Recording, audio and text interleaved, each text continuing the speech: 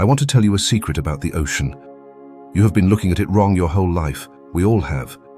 We see a fish, and we think, fish. We see a jellyfish, and we think, simple.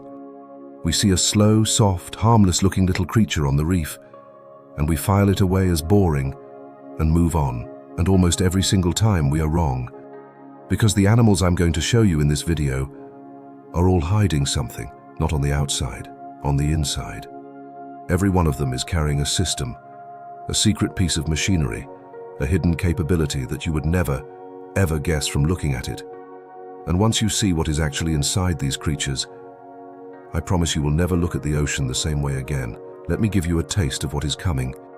An animal whose mind is not in its head, but spread out through its arms, like a committee of separate instincts sharing one body. A creature with skin that works like a living television screen. A fish that lives inside a wall of venom and survives because it wears a chemical disguise. An eel with a second set of jaws hidden in its throat that shoots forward to drag prey down. A soft, defenseless little slug that survives by stealing weapons from everything it eats. And the largest animal that has ever existed on this planet, sustained entirely by creatures the size of your fingernail. 15 animals, 15 hidden systems, 15 inner worlds that have been hiding in plain sight this whole time. I have wanted to make this video for a long time because this is the part of the ocean that fascinates me the most. Not the surface, not the obvious stuff, the secrets, the impossible engineering tucked inside creatures we walk right past. Before we dive in, do me one small favor. If this is the kind of thing you love, hit subscribe. It takes 1 second, it costs you nothing, and it tells me to keep opening up these inner worlds. Because honestly, I could do this forever. And when you finish, tell me in the comments which hidden system surprised you the most. I read every single one. The ones that make me rethink something are my favorite. Dim the lights if you can. Get comfortable. We're about to look inside. I want to start this whole video with a question that sounds simple and is not. When you make a decision, where does it happen? The obvious answer is your brain. Of course. Your brain is in your head behind your eyes, sitting at the top of your body like a command center. Every signal in your body runs up to that command center, gets processed, and the orders come back down. Move the hand. Pull back the foot. Look left. You are, in a structural sense, a centralized machine. There is one boss. The boss is in your skull. Everything else takes orders. That is how almost every animal on this planet is built. One brain, one control center, a clear chain of command running from the top down. And then there is the octopus, which threw that entire blueprint in the trash. I have made videos about the octopus before. I'm sure some of you have heard 100 times that the octopus is intelligent. It opens jars. It solves mazes. It escapes aquariums. Fine. We all know this. I am not here to tell you the octopus is smart again, because frankly, that topic has been done to death, and it misses the part that actually matters. The part that actually matters, the part that is genuinely strange, is not how smart the octopus is. It is where the intelligence lives, because the octopus does not keep its mind in one place. The octopus took its mind, and it spread it out across its entire body. Let me explain what I mean, because this is the part that, the more I learned about it, the more it started to feel a little bit unsettling. More than half of an octopus's neurons are not in its brain. They are in its arms. Each of the 8 arms contains a dense cord of nervous tissue, and that cord can process information and make decisions on its own, without checking in with the central brain first. The arm tastes. The arm feels. The arm grips. The arm decides. And it does all of this semi-independently of the head. So when an octopus reaches into a dark crevice, the brain is not micromanaging that arm. The brain has, in effect, said, "Go check that out," and then the arm goes off and handles the details by itself. It samples the chemicals in the water. It feels the texture of the rock. It decides whether to reach further or pull back. The arm is running its own little operation, reporting back only the highlights. Now I want you to actually sit with what that means, because I do not think the strangeness of it lands until you really picture it. You are not looking at one animal making one decision. You are looking at something closer to 9 separate decision makers sharing one body. One central brain in the head, setting the broad goals, and 8 semi-independent arms, each one with enough neural hardware to act on its own. The octopus is less like a single creature and more like a small committee. A moving, boneless committee of instincts, where the head sets the agenda and the arms argue out the details in real time. I keep coming back to that word, committee, because it is the closest thing I can find to describe it. Imagine if your hands could taste. Imagine if each of your fingers could make its own snap decisions without asking your brain. Imagine if, when you reached into a bag to find your keys, your hand could just figure it out on its own while your mind thought about something else entirely. That is, roughly, what every single moment of an octopus's life is like, except multiplied by 8. Except the arms can also change color. Except the arms can also taste. And here is where it gets eerie. Because there are experiments and observations that suggest the arms are genuinely, partially autonomous. A severed octopus arm, for a period of time, will still react to stimuli. It will still recoil. It will still grasp. The arm does not immediately go limp the way a severed limb does in most animals, because the arm was never fully dependent on the central brain to begin with. The arm had its own thing going on. I am not going to lie to you. The first time I read about that, I put my notes down and stared at the wall for a minute. There is something about it that does not sit right in the human brain. We are so used to the idea of one self, one controller, one you sitting behind the eyes. The octopus quietly suggests that maybe that is just one way to build a mind, and not the only way. Now let me show you why this matters, because this is not just a fun fact. This distributed system changes everything about how the animal lives. Take escape. When a predator closes in, the octopus does not have to run a single escape plan through a single brain. The arms can be doing different things at the same time. Some arms can be pushing off rock. Some arms can be flattening the body to slide into a gap. The skin can be changing color to confuse the predator's depth perception, all at once, all semi-independently. The octopus is essentially running parallel processing across its whole body, the way a computer splits a task across multiple cores instead of forcing everything through one. The result is an escape that is faster and more flexible than any centralized animal could manage. Take hunting. The octopus can send an arm into one hole while another arm checks a second hole, while the eyes scan a third location. It is multitasking in the most literal physical sense. It is searching multiple places at once because the searchers do not all need permission from the same boss. Take camouflage. The octopus changes the color and texture of its skin in milliseconds, matching its surroundings with a precision that, frankly, embarrasses our best technology. And it does this, by the way, while being colorblind. Let that one rattle around in your head for a second. The animal that produces the most accurate color camouflage in the ocean cannot see color. How? We still do not fully know. There are theories, but no clean answer. The committee, it turns out, keeps some of its secrets even from us. And take problem solving. When an octopus works out how to open a container or build a shelter, it is not sitting there reasoning about it in the abstract the way you might solve a math problem. It is thinking through its body. It is feeling its way to the answer. The cognition and the physical exploration are the same act. The octopus does not think and then move. The octopus thinks by moving. The mind extends out into the arms, and the arms are part of the thinking. So here is what I want you to take away from this first chapter before we go any further. The octopus has no bones, no armor, no skeleton, no normal body plan. By every standard rule of how an animal should be built, it is a soft, vulnerable mess. And yet, hiding inside that soft, boneless body is one of the strangest control systems on this planet. Not a brain in a box. A mind poured out into skin and muscle. A committee of instincts that moves as one when it has to, and splits into 8 when that serves it better. Tell me in the comments what you make of this. Does an animal like this even have a single self the way we do? Or is it 9 selves wearing one body? I have my own opinion, and honestly, mine keeps changing the more I think about it. This is the first inner world we're going to open up, and it only gets stranger from here. Let me tell you about a piece of technology that humans are extremely proud of. The screen. The display.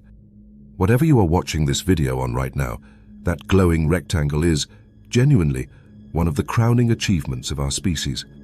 We figured out how to control millions of tiny points of light, individually, in real time, to render moving images in full color.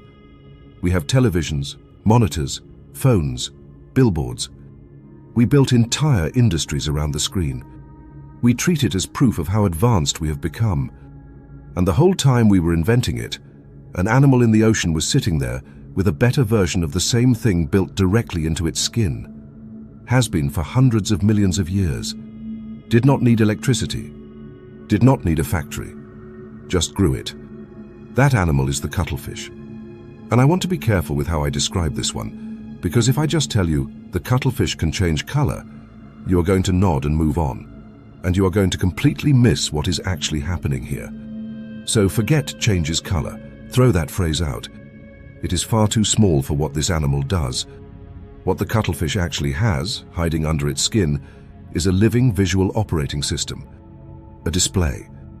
A screen made of biology, controlled directly by its nervous system, capable of running in real time.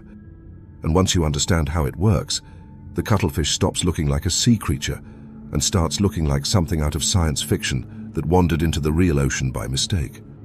Here is how the system works layer by layer, because the engineering is the part that gives me chills. The top layer of the skin is packed with cells called chromatophores. Each one is a tiny sac of pigment, and each sac is surrounded by a ring of muscle. When the muscles pull, the sac stretches open and the color appears. When the muscles relax, the sac shrinks and the color vanishes. There are millions of these across the cuttlefish's body. And here is the critical part. Every single one is wired directly to the nervous system. The cuttlefish can open and close them individually, in milliseconds. So already, just at the top layer, you have millions of independently controlled pixels. That is not a metaphor. That is a functional description of a display. Millions of points, each switchable on or off, updating at the speed of nerve signals. If you describe that to an engineer without telling them it was an animal, they would assume you were describing a screen. But the cuttlefish did not stop at one layer. Underneath the chromatophores are reflective cells called iridophores and leucophores. These do not make pigment. They bounce light. The iridophores create shimmering, metallic blues and greens by manipulating the wavelengths of light directly. The leucophores reflect whatever ambient light is around, so the cuttlefish can match the brightness of its environment without producing any pigment at all. So now you have a color layer on top and a reflective brightness matching layer underneath. The system has depth. It has lighting. And then, on top of all of it, there is the texture layer. The cuttlefish has muscular bumps in its skin called papillae that can rise and fall on command. Smooth 1 second, jagged and spiky the next. So the cuttlefish does not just change the color of its skin, it changes the actual three-dimensional shape of its surface. It can make itself look like smooth sand, then like rough coral, then like a clump of algae, by physically resculpting its skin in real time. Put it all together, a color display with millions of pixels, a reflective layer for shimmer and brightness, a texture layer that resculpts the surface, all controlled directly by the brain, all updating in milliseconds. That is not a fish. That is a high-definition, texture mapping display panel that happens to be alive. We did not invent this. We are still trying to catch up to it. Now here is where it goes from impressive to genuinely strange. Because this system does more than one job. It is not just camouflage. The cuttlefish uses the exact same skin to communicate, to intimidate, to hunt, and to lie. When a cuttlefish wants to vanish, it runs the camouflage program. It reads its surroundings and matches them so completely that divers have looked directly at a cuttlefish and not seen it. When a cuttlefish wants to threaten a rival, it runs a different program. Dark, high-contrast patterns that pulse across the body like a warning light. When a cuttlefish hunts, it can run a hypnotic display, sending waves of moving light flowing down its arms toward the prey, which appears to confuse and freeze the target long enough for the strike. The skin is not decoration. The skin is a weapon, a billboard, and a cloak, all running on the same hardware. And then there is the trick that, for me, is the most science fiction thing this animal does. The split display. A male cuttlefish, courting a female while a rival male is nearby, can show two completely different patterns on the two halves of his body at the same time. On the side facing the female, he displays the courtship pattern. On the side facing the rival, he displays female coloration, so the rival sees a harmless female and swims off. Two messages, one body, simultaneously, with the dividing line running right down the middle. Try doing that with a television. Try making one screen show two different images on its two halves with no visible seam, while tracking exactly where each viewer is standing. The cuttlefish does it with skin, with its mind, while also keeping an eye on everything else going on around it. Now I have to drop the detail that breaks my brain every single time, the same way it did in a previous video, because it bears repeating. The cuttlefish is, as far as we can tell, colorblind. Its eyes contain a single type of light-detecting cell. By our measurements, it cannot see color the way you and I do. And yet it produces the most sophisticated color displays in the entire ocean. I want you to really feel the absurdity of that. The greatest visual artist in the sea cannot see the colors it is painting. It is like a master chef with no sense of taste, a composer who is completely deaf, except the cuttlefish does not have Beethoven's excuse of having heard music first. It never saw the colors at all. There are theories about how it pulls this off, using polarization and contrast instead of color directly. But if I'm being honest with you, none of them fully explain it. We do not actually know how the cuttlefish does what it does. The operating system runs, but we have not finished reading the code. So here is what I want you to take from this chapter. The cuttlefish looks like a soft, simple, unremarkable mollusk, a blob with eyes. But hiding inside that blob is a real-time visual computer, a display panel made of muscle and pigment and reflective cells, running multiple programs at once, capable of speaking before the animal even moves. The body talks.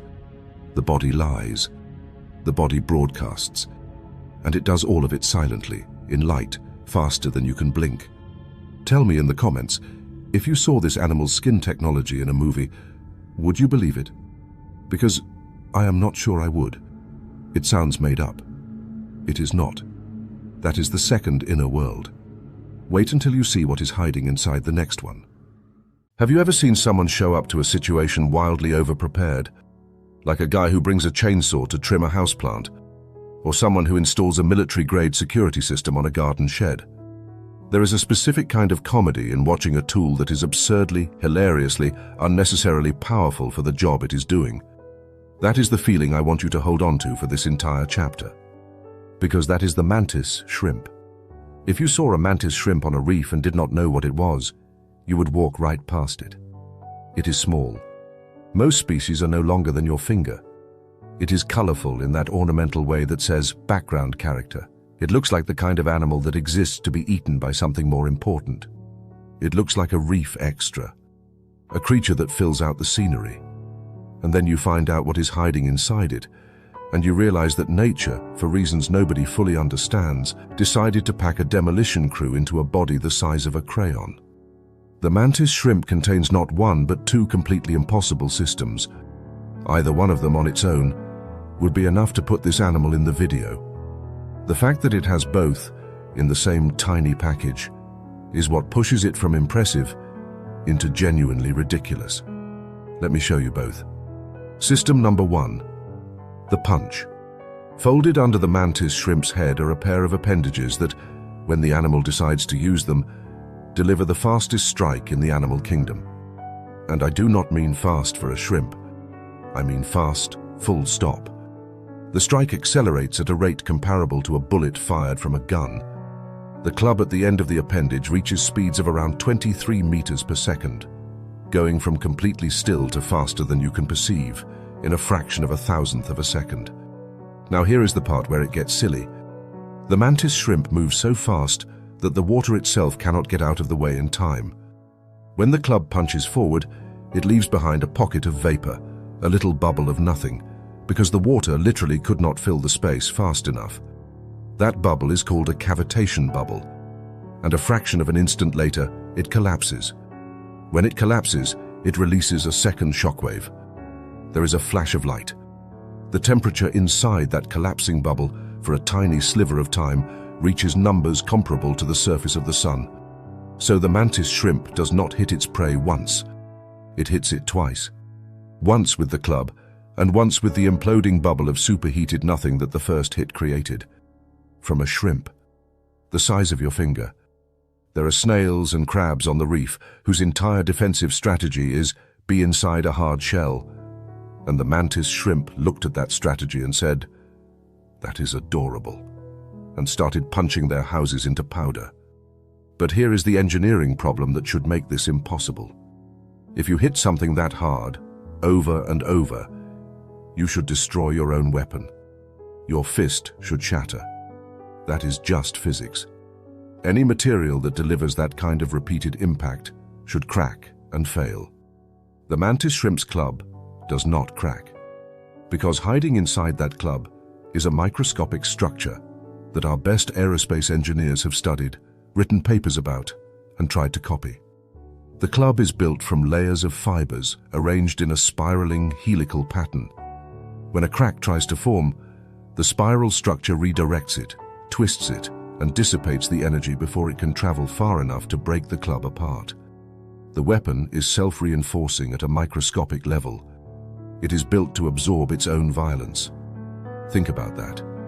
We have engineers with degrees, with laboratories, with budgets, trying to reverse engineer the fist of a shrimp so we can make better body armor and aircraft panels. And the shrimp grew it for free out of stuff it found in seawater while we were still figuring out fire. And how does the mantis shrimp generate that much speed from such a small muscle? Because it does not rely on the muscle directly. It uses a latch mechanism. The animal slowly loads energy into an elastic structure, like drawing back a bow, or compressing a spring, or pulling back the arm of a mousetrap. Then it releases the latch, and all that stored energy discharges at once. The muscle takes its time loading. The release is instant. It is a spring-loaded weapon, built into the body of an animal that again looks like it should be a snack. That is System 1, and honestly, that alone would be enough. But the mantis shrimp was not done. The mantis shrimp also has the eyes. System number 2, the vision. You and I see the world through 3 types of color receptors: red, green, blue. From those 3, our brains build every color we have ever seen. 3 channels. That is the human visual system, and it is pretty good. The mantis shrimp has up to 16 types of photoreceptors. 16. It sees ultraviolet light. It sees infrared. It sees polarized light, which is something almost no other animal on Earth can perceive. Its eyes are mounted on stalks, each one moving independently, and each individual eye has 3 separate focusing regions, which means each single eye has its own depth perception. The mantis shrimp does not need 2 eyes to judge distance the way we do. One of its eyes can do it alone. It has 2 of them. The math on this animal's vision does not even make sense by our standards. It is genuinely looking at a version of reality that you and I cannot access. There are colors and signals and patterns of light pouring through the reef that the mantis shrimp perceives, and we are completely blind to. We share the same water, and we are not even seeing the same world. So now step back and look at the whole package. A finger-sized animal with a bullet speed, self-reinforcing, spring-loaded punch that creates exploding bubbles of sun-temperature plasma, paired with the most complex eyes ever documented in any creature on this planet. In the same body. The same little colorful body you would have walked right past on the reef. This is what I mean by biological excess. Nature did not give the mantis shrimp what it needed to survive. Nature gave the mantis shrimp absurdly, comically more than it needed. It is overbuilt. It is overarmed. It is the houseplant guy with the chainsaw. And I find myself genuinely wondering, when I look at this animal, why? Why does a creature this small need military-grade demolition tools and a visual system that exceeds anything in the rest of the animal kingdom? What evolutionary arms race produced this? What was it competing against that justified all of this? I do not have a clean answer for you, and I think that is part of why this animal fascinates me so much. It feels like a glitch in the budget, like evolution accidentally spent the resources meant for a much larger predator on a creature that fits in your palm. Tell me in the comments what you would do with a strike that fast or eyes that complex. Because the mantis shrimp got both, and as far as I can tell, it mostly uses them to break snail shells and defend a small hole in the reef. The most overpowered animal on the planet, living a quiet life in a burrow. There is something almost funny about that. That is the third inner world, and it is one of the most overbuilt things the ocean ever made. I want you to picture the most harmless animal you can think of in the ocean. For a lot of people, that animal is the jellyfish. And it makes sense. A jellyfish looks like nothing. A drifting bag of clear jelly, pushed around by the current, with no face, no eyes, no obvious front or back. It looks passive. It looks accidental. It looks like the ocean's idea of a plastic bag that happened to come alive. We picture jellyfish as brainless, aimless, drifting wherever the water takes them. Soft, simple, empty. For most jellyfish, that picture is roughly correct. And then there is the box jellyfish, which looks just as simple, just as soft, just as empty, and which is hiding, inside that nearly transparent body, one of the most quietly disturbing systems in the entire ocean.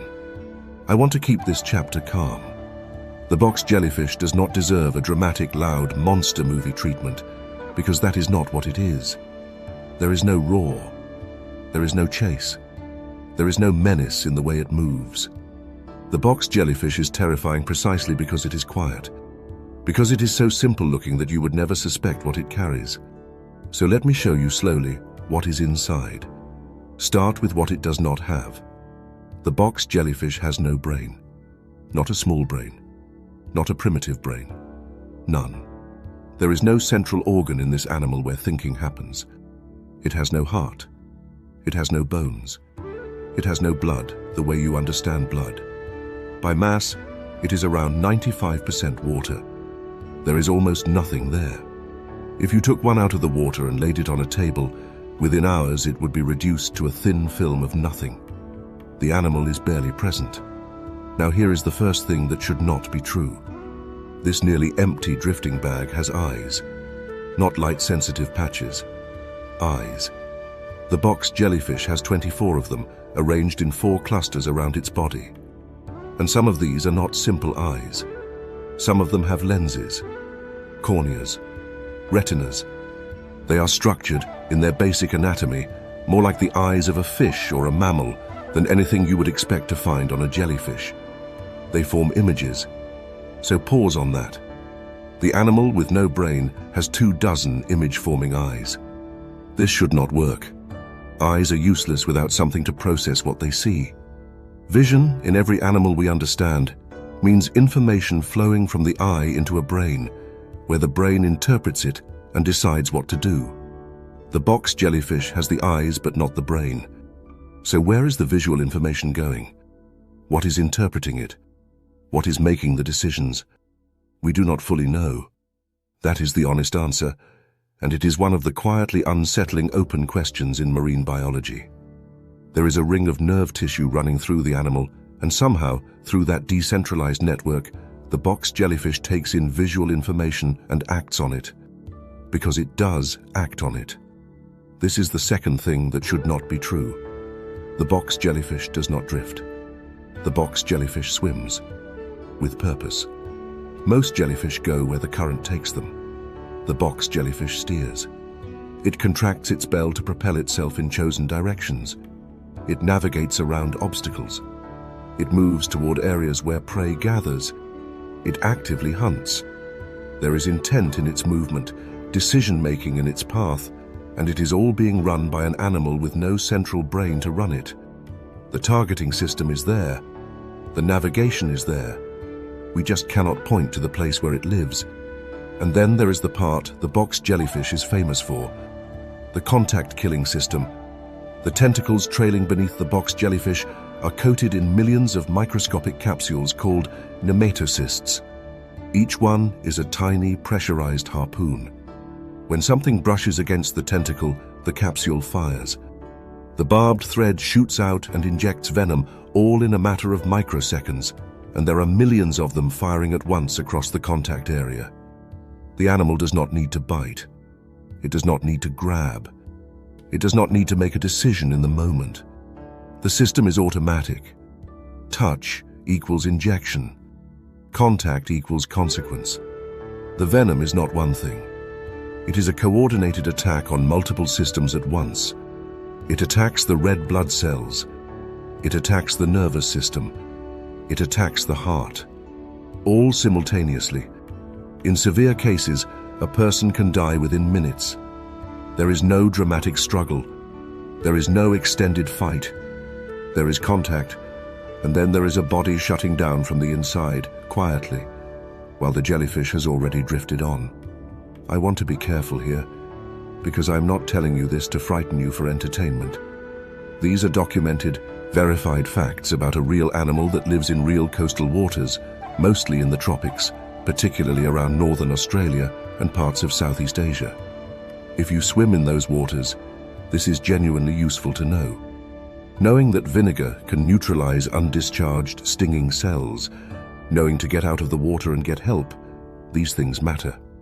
I am sharing the facts because they are true and because awareness is real protection. But the reason this animal belongs in this video is the contrast. And I want you to feel the full weight of it, because it is the contrast that makes the box jellyfish so quietly disturbing. On the outside, this is the simplest looking animal we have discussed. Simpler than the octopus, simpler than the cuttlefish, simpler than the mantis shrimp. No brain, no bones, no organs you would recognize, almost no body at all. A clear, soft, nearly invisible drifting shape that you could easily mistake for a piece of debris in the water. And hiding inside that near nothing is a complete, functional, lethal system. Image-forming vision, active navigation, a targeting capability, and one of the most efficient contact-killing mechanisms biology has ever produced. The box jellyfish kills better than animals with full brains, full skeletons, and dedicated predatory anatomy. It does this with almost none of the equipment we consider necessary to be a predator at all. That is what makes it cold. Not loud, cold. There is no rage in this animal. There is no malice. There is, as far as we can tell, no awareness of what it is or what it does. It is a system drifting through shallow water, doing exactly what it was built to do, perfectly, without any of the parts that should be required to do it. I keep coming back to a thought I cannot shake. We tend to assume that being dangerous requires complexity, that to be a real threat, you need a brain, a body, a plan. The box jellyfish quietly proves that assumption wrong. You do not need a mind to be lethal. You do not need a brain to hunt. You just need the right system, running silently, in a body so simple that nothing around it ever sees it coming. Tell me, in the comments, what unsettles you more? An animal that hunts you with intelligence, or an animal that hunts you with no mind at all? Just a process, running automatically, indifferent to whether you live or die. I know which one keeps me up at night. That is the fourth inner world, the quietest one, and in some ways, the one I find hardest to look away from. Let me ask you to think about cars for a second. A modern car is full of systems you almost never use. The airbag, hopefully, never deploys. The hazard lights mostly sit there. The emergency brake spends its whole life doing nothing. These systems are invisible during normal driving. You forget they exist. And then, in one specific terrifying moment, they all activate at once, And suddenly the boring sedan you have been ignoring reveals that it was carrying an entire crisis response package the whole time. I want you to hold that image, because it is the best way I have found to explain the pufferfish. Because the pufferfish, 99% of the time, is one of the most unremarkable animals on the reef. And then, in one specific moment, it deploys. Here is the thing about the pufferfish that I think people miss when they laugh at it. And people do laugh at it. The inflated pufferfish has become a meme, a cartoon, a little spiky balloon with a surprised face. It is genuinely funny looking. I'm not going to pretend otherwise. But the joke makes people overlook what is actually going on, which is that this slow, ordinary, easily caught little fish is walking around the reef with a complete built-in emergency transformation system hidden inside its body. And when you break that system down piece by piece, it stops being funny and starts being genuinely impressive. Let me start with the obvious problem this animal had to solve. The pufferfish is slow, genuinely slow. It does not have the streamlined body or the powerful tail of a fast fish. It paddles around with its little fins like someone leisurely steering a kayak. In an ocean full of fast predators, a slow fish is a dead fish. By the normal rules, the pufferfish should have been eaten out of existence a long time ago. It does not have speed. It does not have armor. It does not have any of the standard survival equipment. So evolution did something unusual. Instead of giving the pufferfish a better engine, it gave the pufferfish a crisis response system. It accepted that the animal would be slow and vulnerable in normal life, and it invested everything in what happens in the one moment that matters, the moment a predator commits to the attack. System 1. The biological airbag. When a predator lunges, the pufferfish does not flee. It inflates. And the mechanics of this are far more sophisticated than it puffs up. The pufferfish rapidly draws water into a highly specialized, extremely elastic stomach. Not air in most cases. Water. It gulps water in at remarkable speed, forcing it into a stomach that can expand to several times its resting volume, ballooning the whole animal into a rigid sphere in a second or two. And the stomach does not rupture, which it absolutely should, given how fast and how far it expands. Because hiding in the structure of that stomach wall is a lattice of collagen fibers arranged to distribute the pressure evenly across the whole surface. It is engineered at the tissue level to take that sudden violent expansion without tearing. This is a deployable system with built-in failure prevention. That is airbag logic. That is crash safety engineering, grown into the body of a fish. The result is that a predator who opened its mouth expecting a snack-sized fish suddenly has a beach ball wedged in its jaws. Every predator has a hard limit on how big a thing it can fit in its mouth. Biologists call it gape limitation. The pufferfish, in one motion, throws itself past that limit. It cannot be swallowed. The airbag deployed. System 2. The anti-swallowing device. For many species, inflation is not the whole story. As the skin stretches, sharp spines that were lying flat against the body stand up rigid. So now the predator is not just dealing with something too big to swallow. It is dealing with something too big to swallow that is also covered in needles. If the airbag was not enough, there is a secondary mechanism that physically punishes any attempt to force the issue. The pufferfish has, in effect, layered two defensive systems on top of each other, and they both deploy in the same instant. System 3. The chemical warning label. And this is the one that makes the whole thing genuinely lethal rather than just inconvenient. Because hiding in the tissues of many pufferfish, in the liver, the ovaries, sometimes the skin, is a neurotoxin called tetrodotoxin. And tetrodotoxin is not a mild deterrent. It is one of the most potent toxins in the natural world. Gram for gram, it is many times more deadly than cyanide. There is no antidote. The way it works is quiet and horrifying. It blocks the sodium channels in nerves, the tiny gates that let nerves fire their signals. Block those gates, and the nervous system goes silent. Muscles stop responding. Eventually, the muscles that control breathing stop receiving the signal to work. A predator that successfully swallows a toxic pufferfish may find its own body shutting down from the inside. So now think about the full system, the way a predator's brain has to think about it. The pufferfish is too big to swallow. covered in spines, and loaded with a toxin that can kill you if you manage to eat it anyway. The cost of attacking a pufferfish is astronomically high, and the reward is one small, slow fish. For a predator weighing risk against reward, the math is brutal and simple. Not worth it. Leave it alone. And here is the part I find genuinely clever about the whole design. The bright patterns and the dramatic inflation are not just defense. They are advertising. They are the warning label on the package. A predator that has a bad experience with a pufferfish or watches another predator have one learns to associate that shape and that behavior with danger. The pufferfish wants to be remembered as a bad decision. It is not trying to outrun every predator on the reef. It only needs each predator to make the mistake once.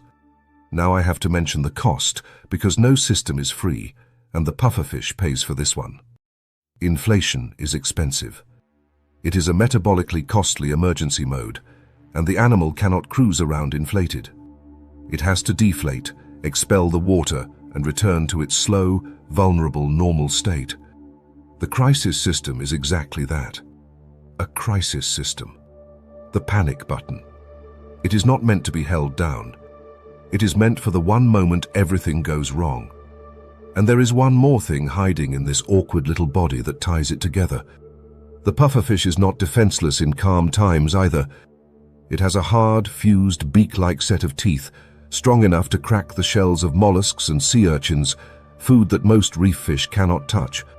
So the same animal that looks helpless and slow has access to a food source the faster fish cannot reach. It is not just surviving by being uneatable. It is quietly thriving in a niche others cannot enter. So step back and look at the whole package. A slow, awkward, vulnerable fish that is carrying, inside its unremarkable body, a deployable airbag with built-in pressure distribution, a spring-up spine system, a chemical weapon among the deadliest in nature, and a built-in warning display to make sure predators learn the lesson. Plus, a shell-crushing beak on the side. The pufferfish is not a funny little balloon. The pufferfish is a slow animal that compensated for its slowness by becoming a walking crisis response unit. Tell me, in the comments, would you rather be fast, or would you rather be slow but impossible to eat?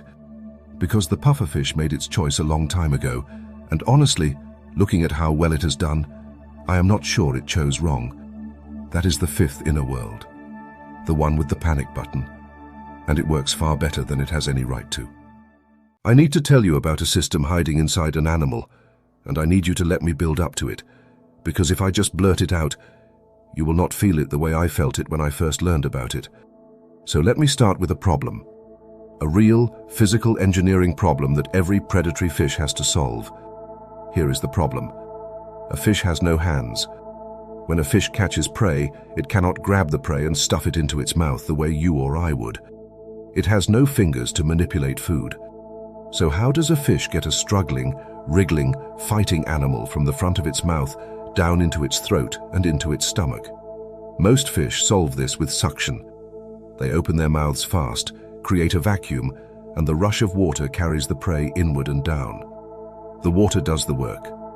The fish basically inhales its food, and the flow of water through the mouth and out the gills drags the prey deeper into the body. It is elegant.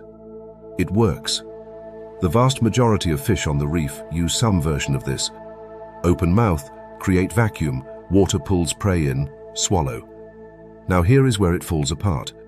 Suction feeding needs space. It needs open water around the mouth so that water can rush in and create the current. It works great in the open. But what about a predator that hunts inside cracks? Inside tight tunnels in the coral? In a space so confined that there is no room for water to flow, no room to generate a proper vacuum, no room for the suction system to work at all?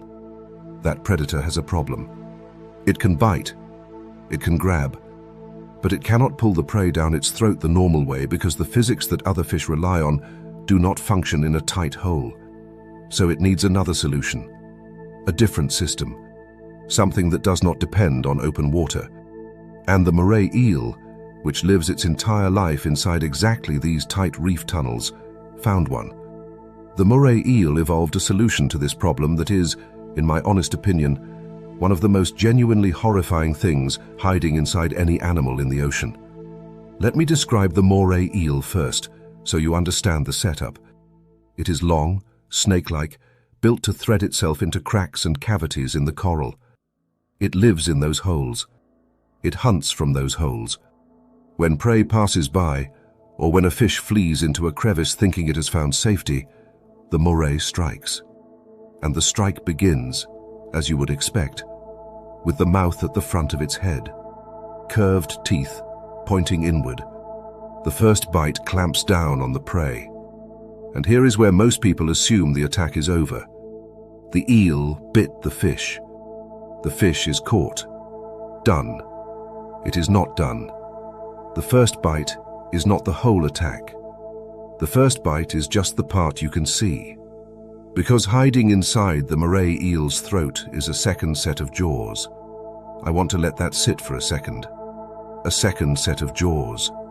Not teeth, not a throat. A second, complete, functional set of jaws, with their own teeth, sitting back in the eel's throat, hidden from view. They are called pharyngeal jaws. And in most fish, pharyngeal jaws are stationary. They sit in the throat and help process food that the suction already pulled in. They do not move much. They are a support system. In the Moray eel, they are not stationary. The Moray's pharyngeal jaws are mobile, and when the front jaws bite down on prey, the second set of jaws launches forward, out of the throat, into the back of the mouth, grabs the prey, and drags it backward down into the throat. Then they retract, pulling the prey deeper, and if needed, they do it again. So the attack actually goes like this. The front mouth bites and holds, and then, from deeper inside the animal, a second mouth shoots forward, sinks its own teeth into the prey, and hauls it down the throat. The first set of jaws holds the victim in place. The second set of jaws does the swallowing, manually, by physically reaching forward and pulling. The eel does not need suction. The eel does not need open water. The eel brought the swallowing mechanism forward, into the mouth, and turned it into an active grabbing system. It solved the tight space feeding problem by growing a second mouth that comes to get you. I'm going to say the obvious thing because you are already thinking it, and there is no point pretending otherwise. Yes, this is the alien. This is exactly the creature from the science fiction films, the one with the inner jaws that lunge out of the bigger mouth. When researchers first filmed the Moray's pharyngeal jaws in action, the comparison was immediate and unavoidable. Except the Moray is not science fiction. The Moray is real, it is common, and it is sitting in coral reefs all over the world right now, with this system loaded and ready inside its throat. Now let me connect this back to the part that I think makes it genuinely chilling, rather than just gross. Think about how prey animals on a reef survive. Their main strategy, the deepest instinct they have, is to flee into small spaces. Cracks, holes, tunnels too tight for predators to follow. If you can fit and the predator cannot, you live. That is the foundation of reef survival. Run for the crevice, and the Moray eel is the animal that lives in the crevice.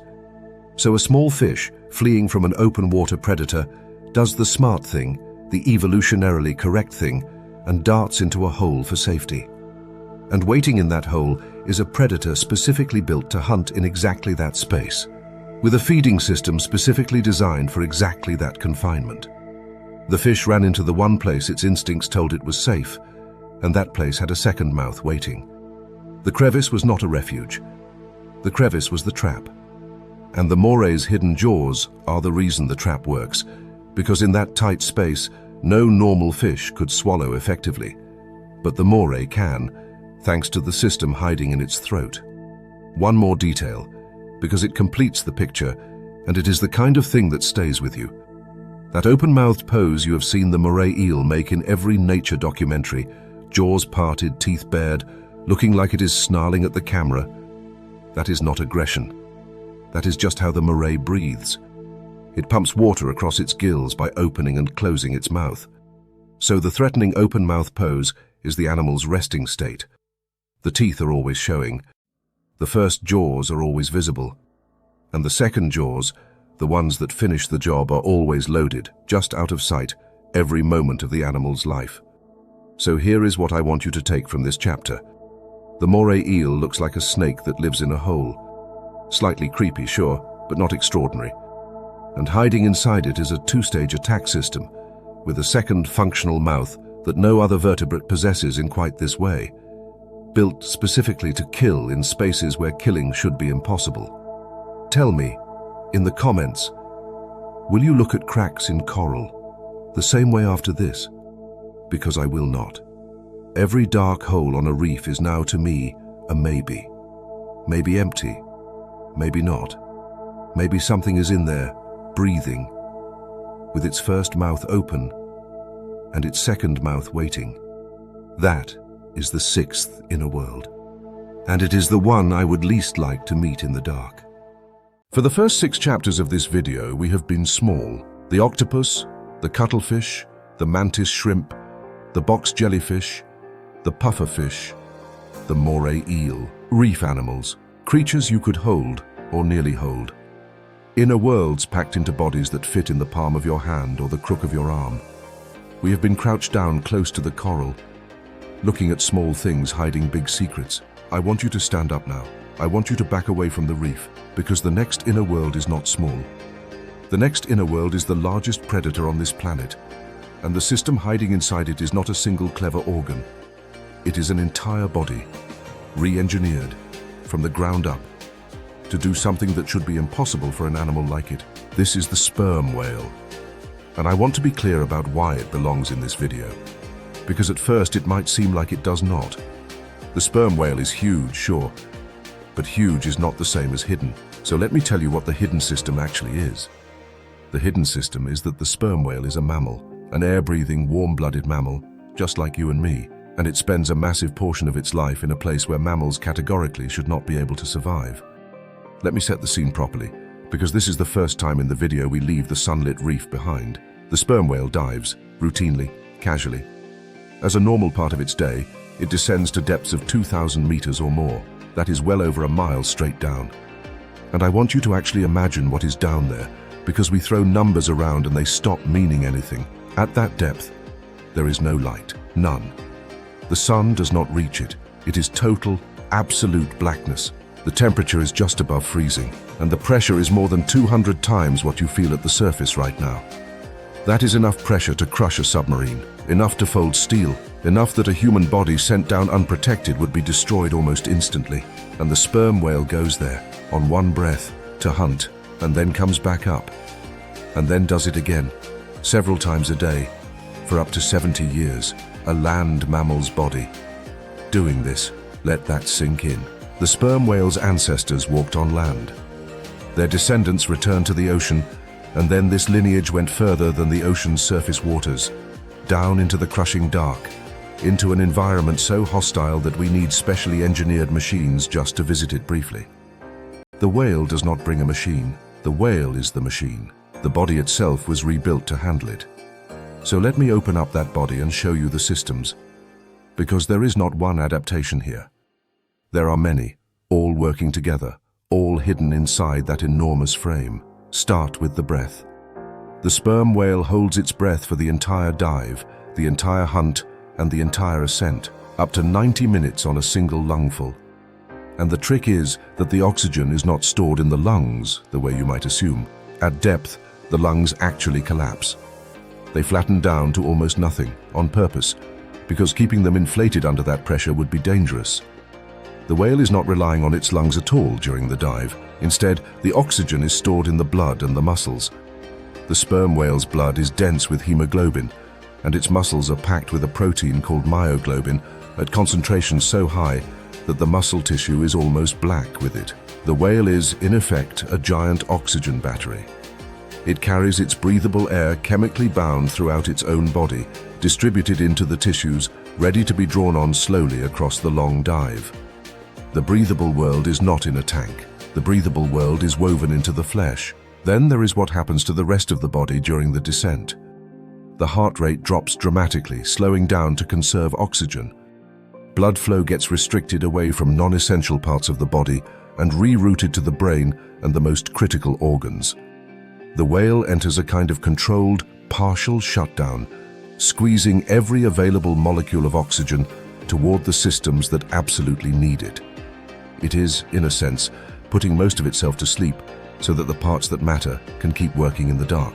The body itself yields to the pressure instead of fighting it. The rib cage is flexible, designed to compress as the whale descends rather than resist and shatter. The whole structure is built to give, to flex, to fold under pressure that would destroy a rigid body. It does not armor itself against the deep, it bends with it. And then there is the part that turns the sperm whale from a survival machine into something almost otherworldly. Because surviving the deep is one thing, the sperm whale also hunts down there, in total darkness, where vision is useless. So how do you find prey in a place with no light? You use sound. The sperm whale has, inside that enormous square head, an acoustic system of staggering power. It produces clicks, focused and projected forward through specialized structures in its head, and those clicks bounce off objects in the dark and return as echoes. The whale reads those echoes, decoding the size, distance, and movement of whatever they bounced off. It builds a three-dimensional map of a pitch-black world out of sound. It does not see the deep, it listens to the shape of it, and those clicks are not gentle. The sperm whale produces some of the loudest sounds made by any animal on Earth. The acoustic system in its head is powerful enough that, at close range, the sound itself may help to stun or disorient prey. The whale hunts giant squid in the abyss, in the dark, guided entirely by sound, in battles we cannot watch, leaving the whale's skin scarred with circular marks from squid that fought back. So now, put the whole thing together. A warm-blooded, air-breathing mammal, descending more than a mile into crushing, freezing, lightless water, on a single breath, with oxygen stored in its muscles, its heart slowed to a crawl, its lungs collapsed, its body flexing under pressure that would kill almost anything else, navigating and hunting in total darkness, using a built-in sonar system loud enough to be a weapon. That is not one hidden system. That is an entire body, head to tail, redesigned for an environment it was never supposed to enter. And here is the thought I keep returning to. We are very proud of our deep-sea submersibles. They are some of the most advanced machines we have ever built, and they let a couple of people survive in the deep for a few hours. The sperm whale's body outperforms them, and it grew itself. And it has been doing this for millions of years, and it does it dozens of times a day without thinking about it. Tell me in the comments, which feels more impressive to you? The machines we built to barely visit the deep, or the animal that turned its own body into a better machine and made the deep its home? I know where I land on that one. That is the seventh inner world, the first scale jump, and we are going to go bigger before this video is done. Let me lighten the mood for a minute. The last few chapters have been heavy. We had the cold, silent killer with no brain. We had the eel with the second mouth waiting in the dark. We had a mile-deep dive into crushing blackness. If you have been holding your breath for the last 20 minutes, you can let it out. Because the next animal is, on the surface, completely harmless. It is colorful. It is peaceful. It pootles around the reef minding its own business. It is frankly adorable.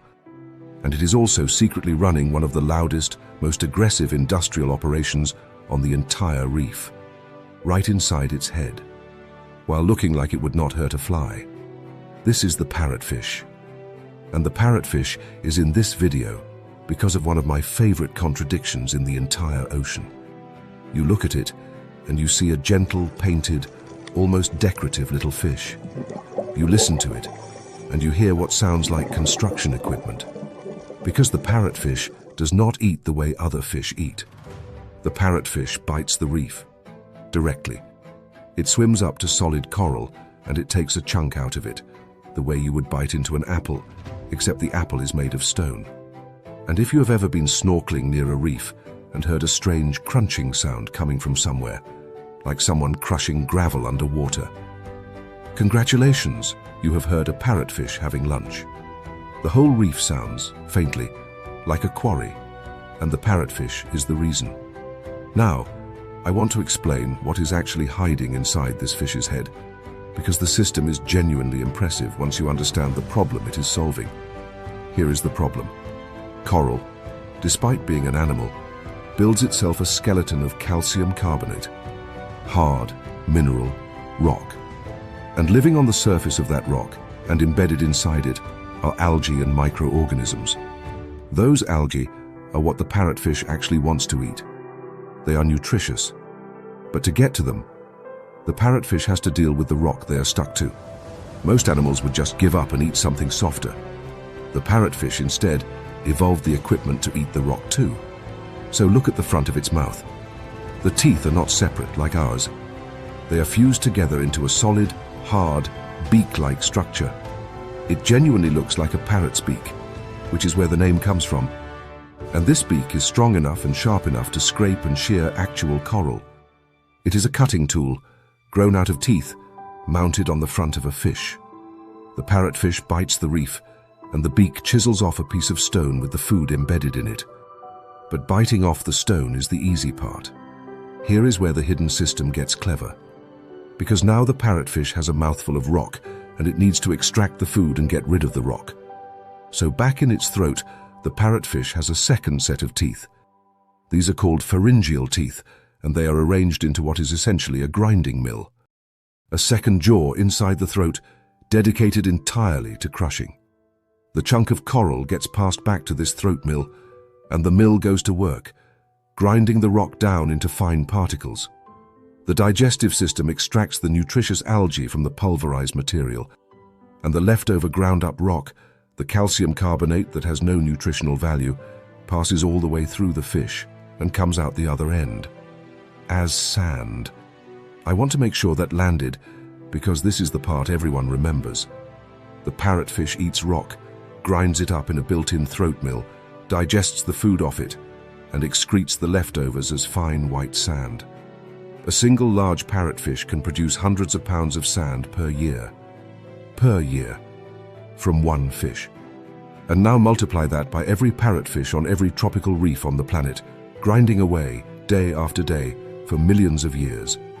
You start to realize that the parrotfish is not just a fish. It is a geological force.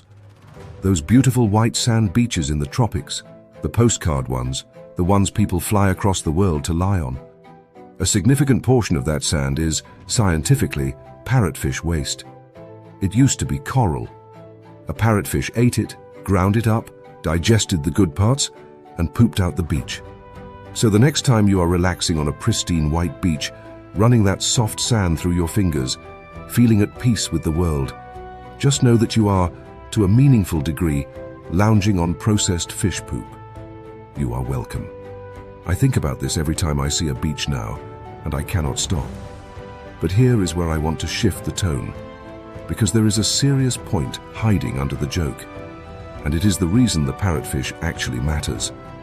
That grinding system, the one that looks like vandalism, the one that sounds like demolition, is one of the most important maintenance jobs on the entire reef. Because reefs have a constant problem. Algae grow fast. If algae are left unchecked, they smother the coral. They cover the surfaces, block the light, and choke the reef to death. Something has to keep the algae cropped back. Something has to keep scraping the surfaces clean so that new coral can settle and grow. That something is the parrotfish. Every bite it takes removes algae. Every scrape clears space. The parrotfish is, in effect, the reef's cleaning crew, its lawnmower, its maintenance department. We have studied reefs where parrotfish populations were wiped out by overfishing, and what happens is grim. The algae explode. The coral gets smothered. The whole reef tips into decline. The fish that looks like it is destroying the reef is, in reality, one of the main reasons the reef stays alive. So the contradiction goes even deeper than pretty fish does heavy work. The pretty fish that appears to be biting the reef apart is actually the one keeping it together. The destruction is maintenance. The grinding is gardening. The animal that turns coral into sand is also the animal that keeps coral alive. I find this genuinely beautiful, in a strange way. We tend to assume that the gentle-looking things are passive and the dangerous-looking things are important.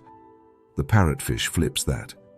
It is gentle, it is colorful, It looks like it belongs in a child's drawing, and it is quietly doing some of the hardest, most essential, most industrial work in the entire ecosystem with a stone grinding machine hidden inside its smiling little head. Tell me, in the comments, did you know your favorite beach might be made of fish poop? And more importantly, does knowing the parrotfish is secretly a reef-saving machine change how you see it? Because I went from thinking of it as a pretty background fish to thinking of it as one of the hardest workers on the reef, and it has hidden that whole operation behind a beak and a smile this entire time. That is the 8th inner world, the grinding machine in disguise, and we are exactly halfway through. I want to introduce you to what looks like the least impressive animal in this entire video. We have had distributed octopus mines, living display screens, bullet-fast punches, sonar-equipped deep-diving mammals, and now I'm going to show you a tube. That is it. That is the animal. A tube. The sea cucumber is a leathery, lumpy, slow-moving tube that sits on the seafloor and does, as far as you can tell from looking at it, absolutely nothing. It has no face, no eyes you would notice, no brain to speak of, no teeth, no claws, no shell, no fins, no obvious front or back. If you found one on the beach without any context, you would not even be sure it was an animal. You might poke it with a stick and conclude it was a discarded piece of something. It moves at a pace that makes watching paint dry feel like an action sport. You can sit and stare at a sea cucumber for several minutes and genuinely not be able to tell whether it has moved at all. In a video full of animals that punch, dive, hunt and transform, the sea cucumber's main activity is existing. Slowly. So you would assume, reasonably, that this is a simple animal. A primitive leftover. Something the ocean made early on and never bothered to upgrade. And then you find out what is hiding inside it, and you realize the sea cucumber is carrying a collection of survival systems so bizarre, so unhinged, that they genuinely sound like things a mad scientist would invent at 3 in the morning and then immediately regret. Except they work. They have worked for over 500 million years. The sea cucumber is, in my honest opinion, the strangest grab bag of defenses on this entire list. And it is all hidden inside a thing that looks like a sock full of pudding. Let me walk you through the systems. In order. From mildly weird to completely deranged. System 1. Chemistry. The mild one. The sea cucumber's body is loaded with toxic compounds called saponins, woven right into its tissues. A predator that bites a sea cucumber gets a nasty chemical experience. Bad taste, irritation, sometimes worse. This is a fairly normal defense. Lots of soft animals do something like this. So far, the sea cucumber is behaving like a reasonable creature. Enjoy this moment, because it does not last. System 2. The sticky threads. This is where it stops being reasonable. When a sea cucumber is sufficiently threatened, it can shoot sticky threads out of its rear end at the attacker. I'm going to give you a second with that sentence. These threads are called Cuvierian tubules. They are stored, coiled up inside the animal's body. When danger gets serious, the sea cucumber contracts and expels them out of its backside into the water. And the instant they hit seawater, they expand and become incredibly sticky. We are talking glue-grade sticky. They tangle up the predator, gum up its mouth and gills, and turn what was supposed to be an easy meal into a frustrating, adhesive nightmare. The predator is now fighting a fistful of sticky string that came out of an animal that, 3 seconds earlier, appeared to have no defenses whatsoever. So, the sea cucumber's second line of defense is, and I want to be precise here, shooting sticky spaghetti out of its butt. This is real. This is documented. This is an actual mechanism that an actual animal actually uses.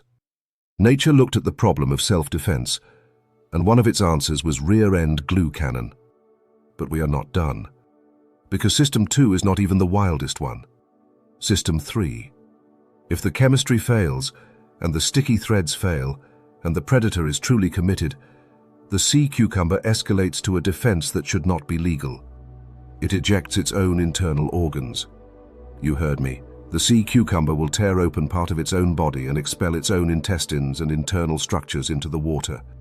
To the predator, this is a sudden free meal of nutrient-rich organs, conveniently served. The predator goes for the floating organs. And while the predator is distracted, eating the sea cucumber's insides, the now hollow sea cucumber slowly, undramatically, crawls away. It throws its own guts at the problem as a distraction and escapes while the predator eats them, as a survival strategy, on purpose. And here is the part that makes me certain nature was just showing off at this point. The sea cucumber grows the organs back. All of them. Intestines, respiratory structures, the works. Over the following weeks, the body simply rebuilds everything it threw away, as if the whole event never happened. The animal that ejected its insides as a decoy regenerates a complete new set of insides on a timer. So, let me read the full survival plan back to you, the way it would look written down. Step 1. Be a slow, soft, blind, defenseless tube. Step 2. If attacked, deploy toxic chemistry. Step 3. If that fails, fire sticky threads from your rear. Step 4. If that fails, throw your own organs at the enemy. Step 5. Regrow the organs later. This is the actual playbook of an actual animal. It reads like a list of rejected superhero powers, and it works flawlessly. Now here is where I want to stop laughing and make the serious point, because the sea cucumber earns it. This animal is not a joke. Despite looking like the least advanced creature in the video, despite the absurd defense systems, the sea cucumber is one of the single most important animals on the entire seafloor. Because its day job, the thing it does when it is not shooting threads or ejecting organs, is recycling. The sea cucumber eats sand. It processes seafloor sediment, extracts the organic material, and excretes the cleaned, oxygenated sand back out. It is the janitor of the ocean floor. And this is not optional work. Without sea cucumbers, sediment goes stagnant. Oxygen-starved dead zones form. Harmful bacterial processes take over. The whole bottom of the ecosystem starts to break down. We have seen it happen in places where sea cucumber populations were stripped out. The leathery tube that shoots its own guts at predators is also one of the quiet pillars holding up the health of the seafloor. So the sea cucumber is the perfect example of the whole idea behind this video. You look at it, and you see the simplest possible animal. A lump, a blob, something barely alive. And hiding inside that lump is a chemical weapon system, a glue cannon, a self-sacrificing organ ejection escape mechanism, full regeneration, and an ecological maintenance function that an entire ecosystem depends on. The least impressive-looking animal in the lineup is secretly one of the strangest and most essential. Tell me, in the comments, which of the sea cucumber's defenses is your favorite? I am genuinely torn between the butt spaghetti and the throw your own organs and grow new ones option. Both feel like ideas that should have been laughed out of the lab. Both shipped. Both work. That is the 9th inner world. The lab accident that somehow became one of the most resilient animals in the sea. And we still have 6 more to open up. I want to start this chapter with a question that is going to sound philosophical, and I promise it connects to a fish. When you feel unsafe, what is your instinct? To get away from the danger, right? To put distance between yourself and the thing that could hurt you. That is the deepest survival instinct there is. See the threat. Move away from the threat. Every animal on this planet, almost without exception, lives by that rule. Danger is over there, so I will be over here. The clownfish looked at that rule and decided to do the exact opposite. The clownfish decided that the safest place in the entire ocean was inside the danger. Not near it, inside it. And to pull that off, it is hiding a chemical system on its own skin that frankly sounds like cheating. Now I have to address the obvious thing first, because I know what is in your head. The clownfish is the cute one. The orange and white one from the movie. The little face that everyone loves. And I am not here to ruin that for you.